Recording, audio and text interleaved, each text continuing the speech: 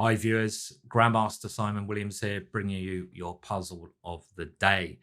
The final day, round 9 today. I hope you're excited. I certainly am. I'll be watching this event over on my stream. And these puzzles and more puzzles are available free over on Chessable if you want to check out some nice little quick tactical ideas.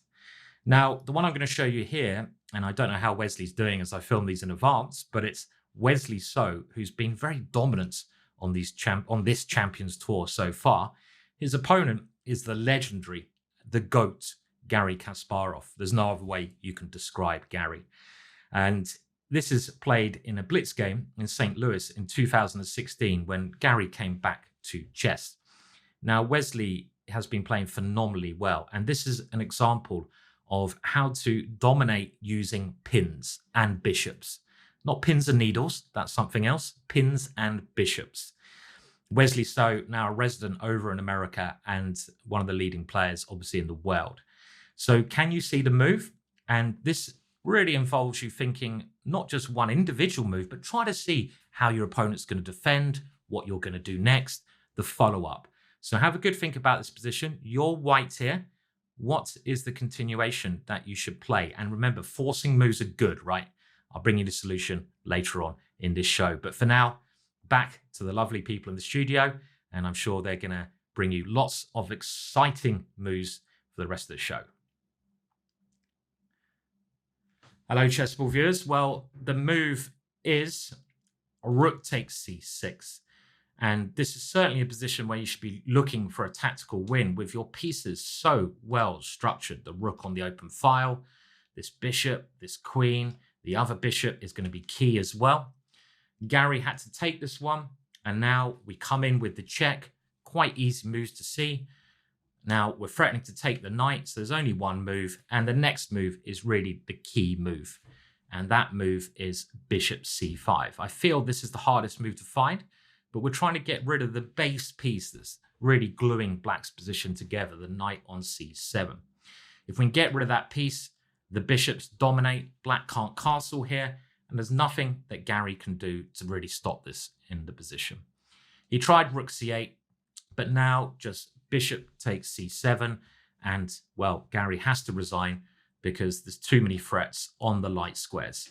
An example of bishop power there. Our next puzzle brings us to the strongest female player of all time. And I would like to say not just the strongest female player of all time, but one of the strongest players of all time. A tactical genius. The fire, the energy she brought to the game was phenomenal. Of course, I'm talking about Judith Polgar. She was a brilliant attacker, and she really was one of the most entertaining players around. First ever female to beat Garry Kasparov.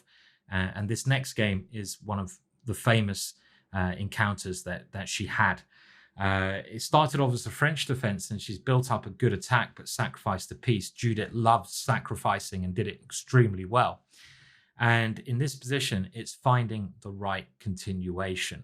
So it's white to play. Obviously, you have the open Harry file, but how do you increase the pressure? If black is given time to defend, black is fine.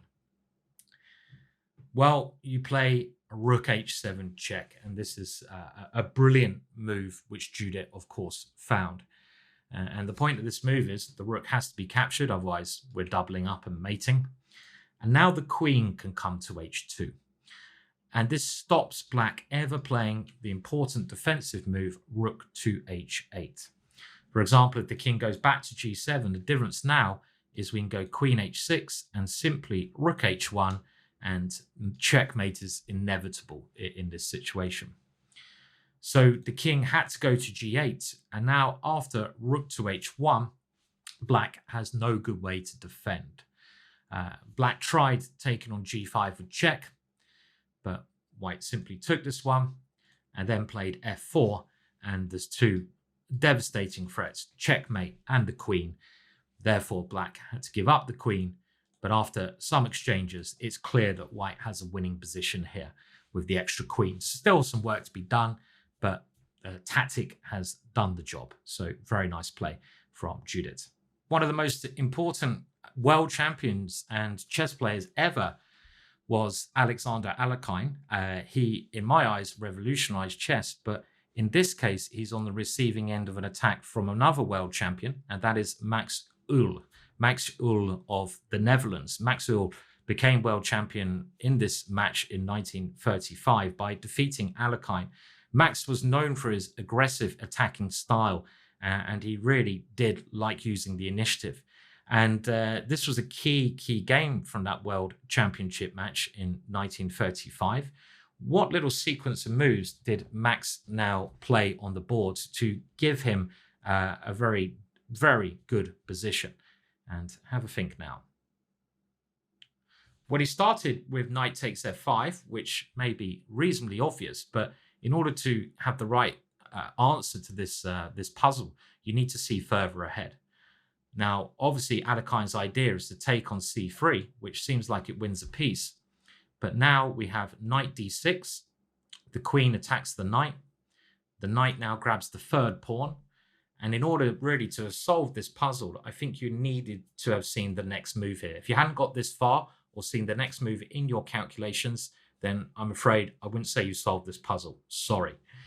The knight should now move to one of these two squares, d2 in the game, with the idea of playing e4. And it now becomes clear that these pawns in the center of the board are just too strong and will steamroller Alekhine away. And this helped Max win this game.